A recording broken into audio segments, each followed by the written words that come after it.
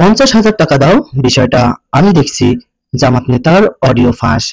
কুড়িগ্রামের রাজীবপুরে মামলা থেকে রক্ষার নামে বাবু মিয়া নামে এক ব্যবসায়ীর কাছ থেকে 50,000 টাকা চাঁদা দাবির অভিযোগ উঠেছে এক জামাত নেতার বিরুদ্ধে। এ সংক্রান্ত 1 মিনিট 21 সেকেন্ডের একটি কল রেকর্ড ও 1 মিনিট 24 সেকেন্ডের একটি ভিডিও রেকর্ড কালের কণ্ঠের প্রতিনিধির হাতে এসেছে। অভিযুক্ত জামাত নেতার নাম আনিসুর রহমান। তিনি বাংলাদেশ জামাতে ইসলামীর অঙ্গ সংগঠন শ্রমিক কল্যাণ ফেডারেশনের রাজীবপুর উপজেলা সভাপতি।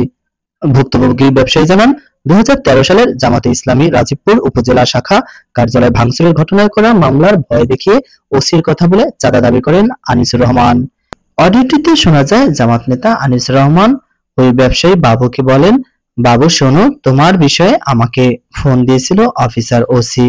আমি বলছি ও আমার ছোট ভাই, বিষয়টা আমি দেখব। তুমি আমার সাথে জরুরি দেখা করো। তোমার যদি একটা পশমের চুল ক্ষতি হয়, আমি রাজীবপুরের দ্বিতীয় দিন আর মুখ দেখাবো না।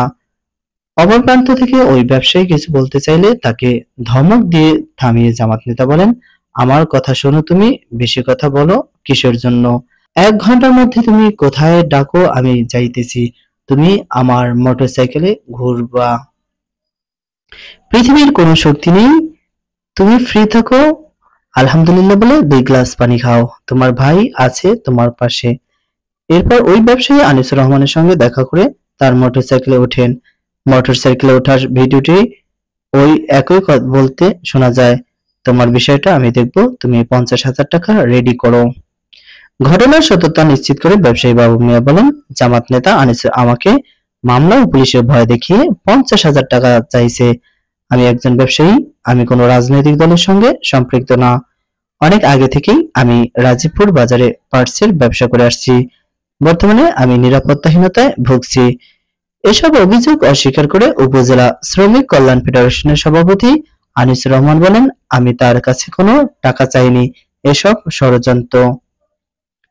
অডিও ভিডিওর বিষয়ে তিনি অডিও রেকর্ডটি এডিট বললেও তার মোটরসাইকেলে ঘোরার বিষয়টি স্বীকার করে তিনি বলেন, 2013 সালে জামাতের অফিস ভাঙচুর হয়েছে আর মামলা হয়েছে 5 আগস্টের পর। সে সময় তার বয়সও হয়নি, সে মামলার আসামি হয় কিভাবে? কুড়িগ্রাম জেলা জামাতের আমির আব্দুল মতিন ফারুকী বলেন, বিষয়টি আমরা জেনেছি। এ ঘটনায় তদন্ত কমিটি গঠন করা হয়েছে। তদন্ত প্রতিবেদন হাতে পেলে পরবর্তী ব্যবস্থা নেওয়া হবে।